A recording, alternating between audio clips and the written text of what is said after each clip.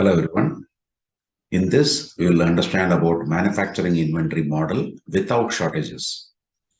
First, what is manufacturing model? If a company manufactures an item which is required for its main product, then the corresponding model is called manufacturing model, which means the product, whatever is made, that is getting utilized also, or it is getting consumed also during the manufacturing process.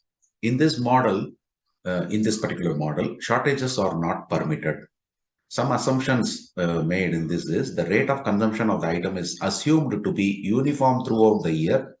The item is produced and consumed simultaneously for a particular portion of the total cycle time, which we consider it as T1. Total cycle time is considered as T. During the remaining cycle time, that is T minus T1, which is considered as T2, only the consumption of the item takes place.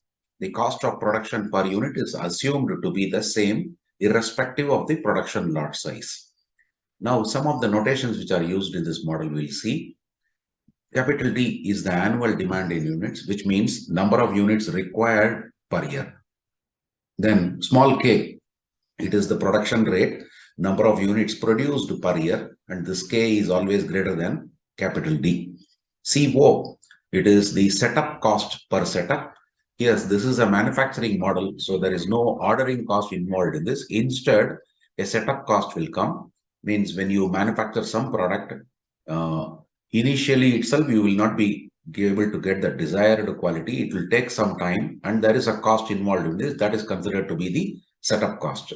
So every setup, if you keep on changing the setups for the machine, changing of jobs, etc., this cost will increase also. C suffix C, inventory carrying cost per unit per annum. And T1 is the period of production as well as consumption, which we already saw that. And similarly, T2 is period of consumption only. And our total cycle time is T1 plus T2, which is denoted by small t. And the same thing, if I put a star, it becomes optimal period of consumption or end production. And T2 is optimal period of consumption only, and T star is optimal cycle time. All these stars, when it comes, it becomes optimal or the ideal period or ideal time period. I suffix M is the maximum inventory. So based on this understanding of this model, the graph of this model will be like this. X-axis denotes the time and Y-axis denote the quantity. And we are going to consider the quantity to be manufactured as Q, or quantity to be manufactured as Q. Now, in this model, when you start, you do the production as well as the consumption. Production at the rate of K per year, K units per year, and consumption at the rate of D units per year. So during time T1, this is happening. Both production as well as consumption is happening. It reaches a maximum inventory, which is IM. And then only consumption of the item is happening. There is no production happening during this time period, which is T2, which means we can now write down this IM, that is maximum inventory, as K minus D times T1. Let us consider that as equation 1. And then we can also write down what you call our quantity, what we are planning to manufacture. And this T1, since it denotes the time period during which the quantity Q is going to be manufactured at the rate K, at the rate of K, we can write Q as K times T1. So we can call this as 2. So now we can divide this first equation and second equation. 1 by 2 will give you, in left hand side, it will give you I suffix M divided by Q. And right hand side, what will happen is this T1 and T1 will get cancelled, and you will be left with the K minus D by K, or we can write that as 1 minus of D divided by K, which means we can write this IM in terms of Q as Q times 1 minus of D by K. that is your maximum inventory in terms of what you call the order quantity or the manufacturing quantity, whatever Q is there in terms of Q. Next, we may also notice this IM can be denoted as during this time period T2, it is consumed, the item is consumed at the rate of D during the time period T2. So I can write down IM, let me call this as 3 first. I can now consider this IM as T2 times D. We can consider this as T2 times D. Let me call that as equation 4. Now we may notice this 3 and 4, both are IM only. So I can equate. Now equation 3 can be equated to equation 4. We will have Q times 1 minus of D by K is nothing but T2 times D, which means our T2, that is the period of consumption, can be calculated as Q by D times 1 minus of D by K. Now, based on all this, we will now calculate the total cost, which is the total cost per year as TC. Total cost is nothing but your total setup cost plus total carrying cost, means inventory carrying cost. Here, I am not considering the production cost because it is not having Q involved in it. So we are interested in finding out the economic batch quantity. So which means we will consider only these two things. So our TC will become total setup cost can be calculated as number of setups per year, which can be calculated as T divided by Q times setup cost per setup, which is CO, plus total carrying cost can be calculated as average inventory multiplied by CC. Now the average inventory can be calculated as, let us go back to the graph. We may notice that average inventory is nothing but the area under this triangle for that particular period. So area under this triangle means it is half into B into H, means base is your T1 plus T2. So half into T1 plus T2 into height. Height is nothing but IM. That is for the total period T or total cycle time T.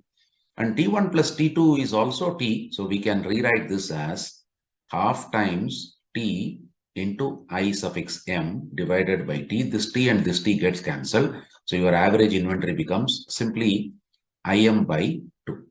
So therefore, our total cost will be now D. I can take this Q to the numerator, it will become Q inverse plus CC divided by 2 times IM. Now, in order to find out the optimal Q or the Q value, the best Q, least Q value, we will minimize the total cost by differentiating the total cost with respect to Q. Means in order to find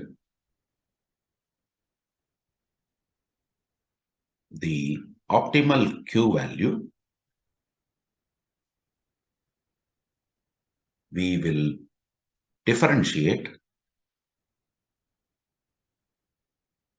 total cost with respect to quantity and equate it to the first derivative is equated to 0.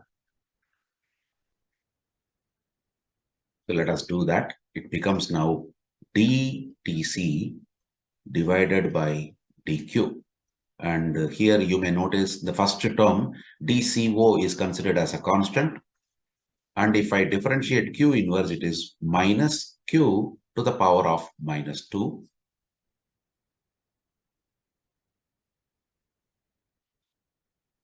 Plus, sorry, I should have rewritten this. TC equal to DCO Q inverse. Let me rewrite this IM in terms of Q.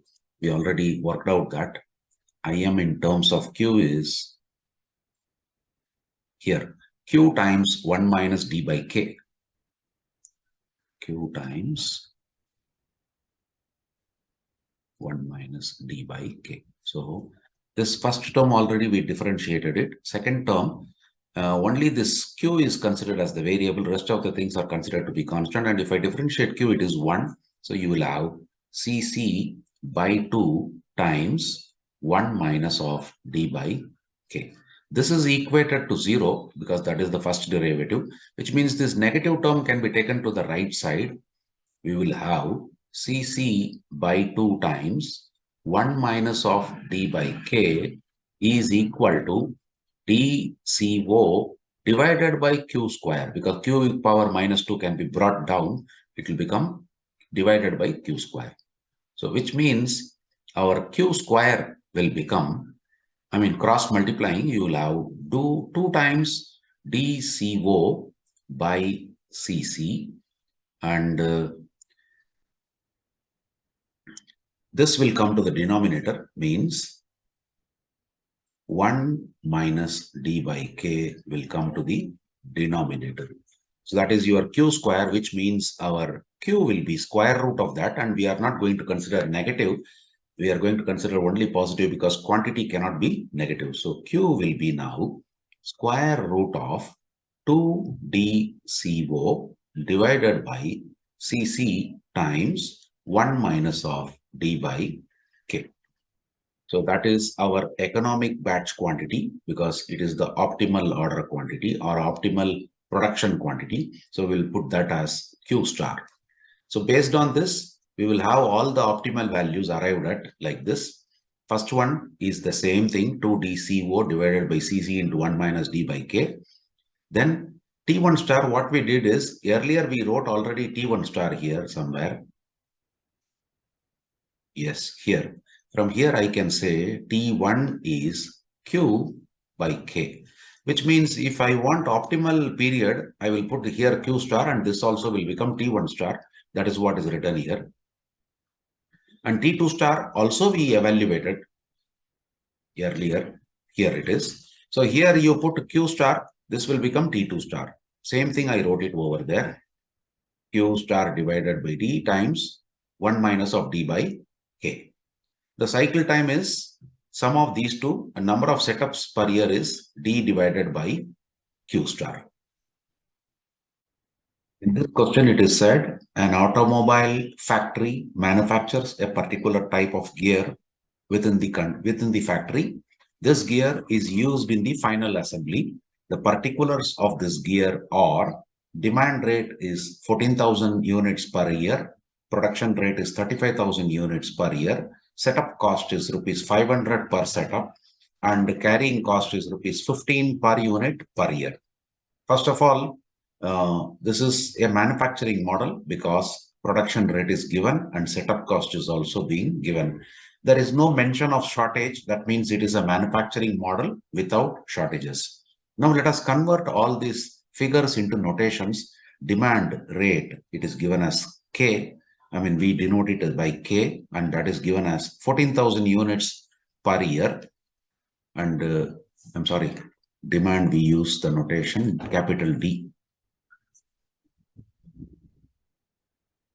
And production rate, we use the notation small k, which is given as 35,000 units per annum. And then setup cost, we use the notation CO, and that is given as rupees 500 per setup. Carrying cost is given as rupees 15 per unit per year. So it is rupees, simply we will write rupees 15. Now we need to find out the economic batch quantity. We had already seen we had derived the formula for EBQ, which is Q star is equal to square root of 2DCO by Cc times 1 divided by 1 minus of D by K. So first of all, we'll enter all this numbers, that is 2 times D, which is 14,000, times CO, which is 500, divided by CC, which is 15, and then we have 1 divided by 1 minus of 14,000 divided by 35,000. Now, if we calculate this and then finally take a square root, we will get the result as 1247.22 units. That will be our economic batch quantity. Now, let us calculate period of production and consumption, which is denoted by T1 star, and that will be equal to Q star divided by K. We had already seen this formula, so it becomes 1247.22 divided by 35,000. We'll get the result in terms of year. We get 0.0357 in a year. And if we convert that into number of days by multiplying it by 365, you will get approximately 13 days. That will be the period of production as well as consumption. Then period of consumption only, which is nothing but our T2 star. And the T2 star is Q star divided by D times 1 minus of D by K. Substituting the numbers, values, to 1247.22 divided by 14,000. Sorry. 14,000 times 1 minus of 14,000 divided by 35,000. If we calculate this, we will get the result as 0.0535 in terms of year. Again, multiplying this by 365 to get the number of days, we will have the number of days as approximately 20 days. Now, your total cycle time, which is our T star, will be T1 star plus T2 star. Already we calculated both. We'll simply substitute 13 plus 20, which is approximately 33 days. That is your total cycle time. What is left now is number of setups per year. Number of setups per year is nothing but D divided by Q star. Annual demand is known to be 14,000. Q star, we calculated it as 1247.22. So if we calculate that, it is approximately 11 setups per year. Totally, we will have 11 setups in a year. So that is the solution for this particular problem.